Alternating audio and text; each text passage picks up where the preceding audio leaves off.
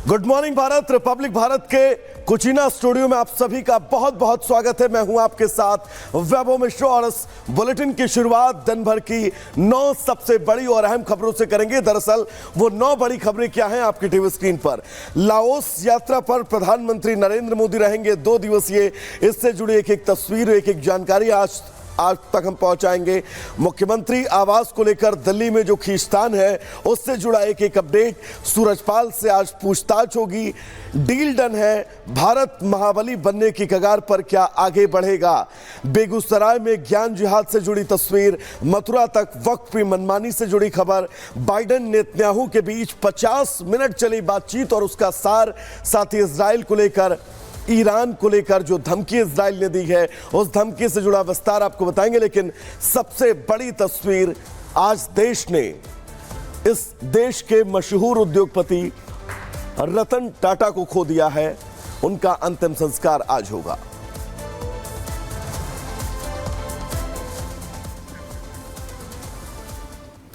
और बात उस खबर की जिसने पूरे देश को सन्न कर दिया। जी हां, रतन टाटा नहीं रहे। 86 साल की उम्र में रतन टाटा ने आखिरी सांस मुंबई के ब्रिज कैंडी अस्पताल में लिए। बड़ी और दुखद खबर देर रात आई, उसके बाद से पूरे देश में शोक की लहर है। उद्योगपति रतन टाटा का निधन हो गया है। 86 साल की उम्र में उन्होंने ब्रिज कैंडी अस्पताल मुंबई में आखिरी सांस ली। लंबी बीमारी के बाद उनका निधन हुआ है। तो देश ने एक अनमोल रतन खो दिया है। और रतन टाटा की पहचान सबको पता है। रतन टाटा को पता है, रतन टाटा के बारे में सबको, कि कैसे न सिर्फ एक उद्योगपति थे बल्कि एक सामाजिक तौर पर, सामाजिक शख्स के तौर पर कैसे अपनी पहचान बनाई, गरीबों को कैसे मदद की। और कभी भी कोई सोशल कॉज होता था, कोई ऐसा काम जो देश के लिए बढ़ चढ़ कर हिस्सा भी लेते थे, अलग पहचान रतन टाटा ने बनाई। और देखिए, रतन टाटा अब इस दुनिया में नहीं रहे।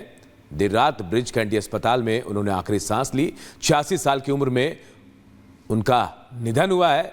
देश ने अनमोल रतन खो दिया। मुंबई के ब्रिज कैंडी अस्पताल में उनका इलाज चल रहा था। लंबी बीमारी के बाद उनका निधन हुआ है।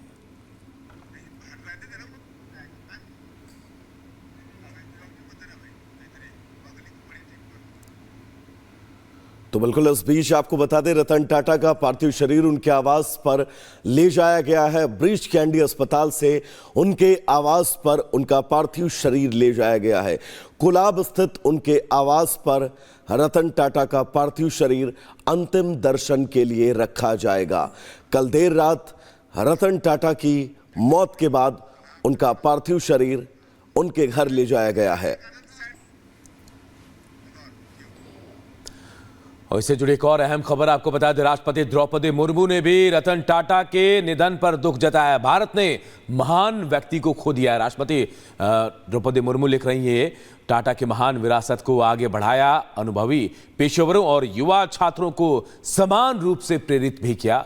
परोपकार और दान के लिए उनका योगदान अमूल्य है। जी हाँ, पूरा देश आज सन्न है। और जो योगदान रतन टाटा ने देश के लिए किया, उद्योग के लिए क्या, उसके बाद अब तमाम लोग अपना शोक और दुख प्रकट कर रहे हैं।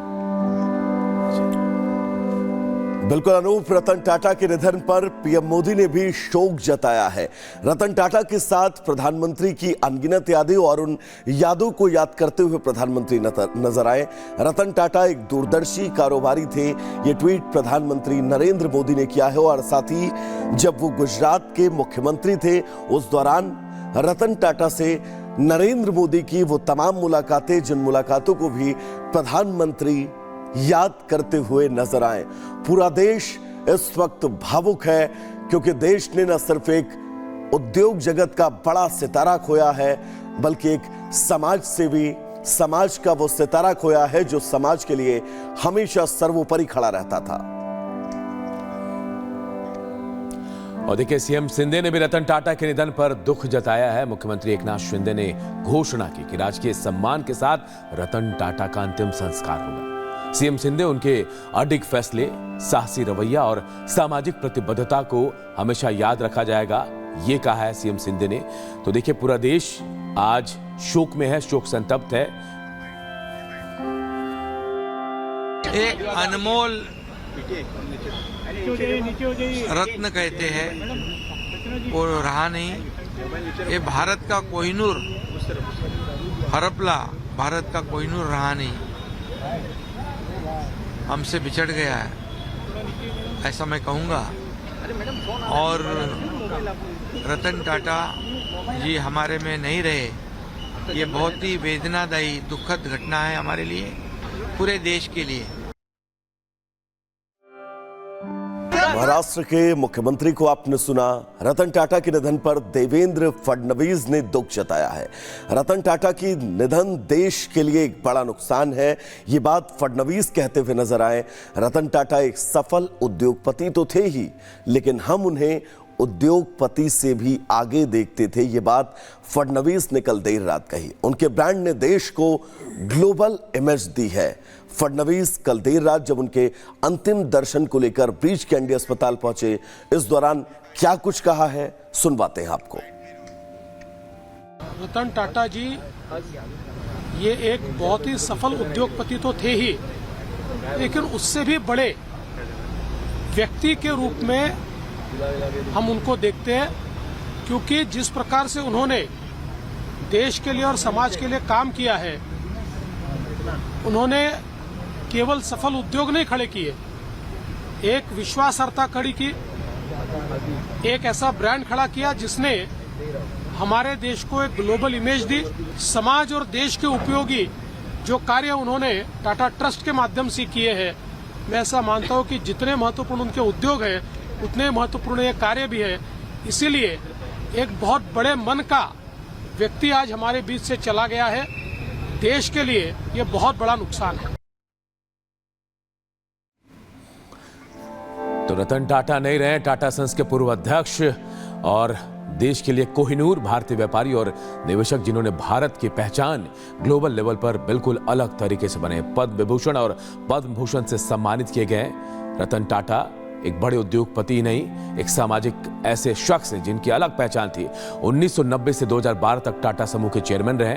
2016 से फरवरी से 2017 तक अंतरिम अध्यक्ष भी रहे। रतन टाटा साधारण जीवन शैली अपनाते थे और यही उन्हें औरों से बिल्कुल अलग बनाती थी। मुंबई में रतन टाटा का साधारण सा घर है। सोचिए, इतना बड़ा शख्स एक साधारण से घर में रहता है। टाटा सेडान से चलते थे रतन टाटा।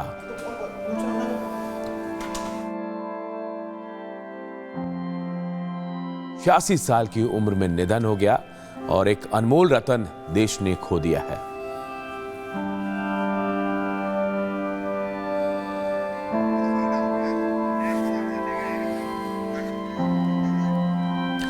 और अब हम आपको ग्राफिक्स के जरिए बताने की कोशिश कर रहे हैं कि कैसे रतन टाटा अनमोल थे, कैसे उनका जाना सबसे बड़ा दुख है पूरे देश के लिए। देखिए, टाटा मोटर्स, जी हां, टाटा मोटर्स जिनका नाम आज पूरे दुनिया में जाना जाता है, रतन टाटा के दिन थे। टाटा स्टील जमशेदपुर में शुरुआत की, सबसे शुरुआती दौर में काम की और आज इसकी पहचान दुनिया भर में बहुत बड़े तौर पर है, टाटा स्टील के उद्योग के तौर पर। इसके अलावा भी कई ऐसे उद्योग थे जैसे टाटा पावर। जी हां, टाटा पावर का नाम भी आज बड़े शान के साथ लिया जाता है और इसमें भी सबसे बड़ा हाथ रतन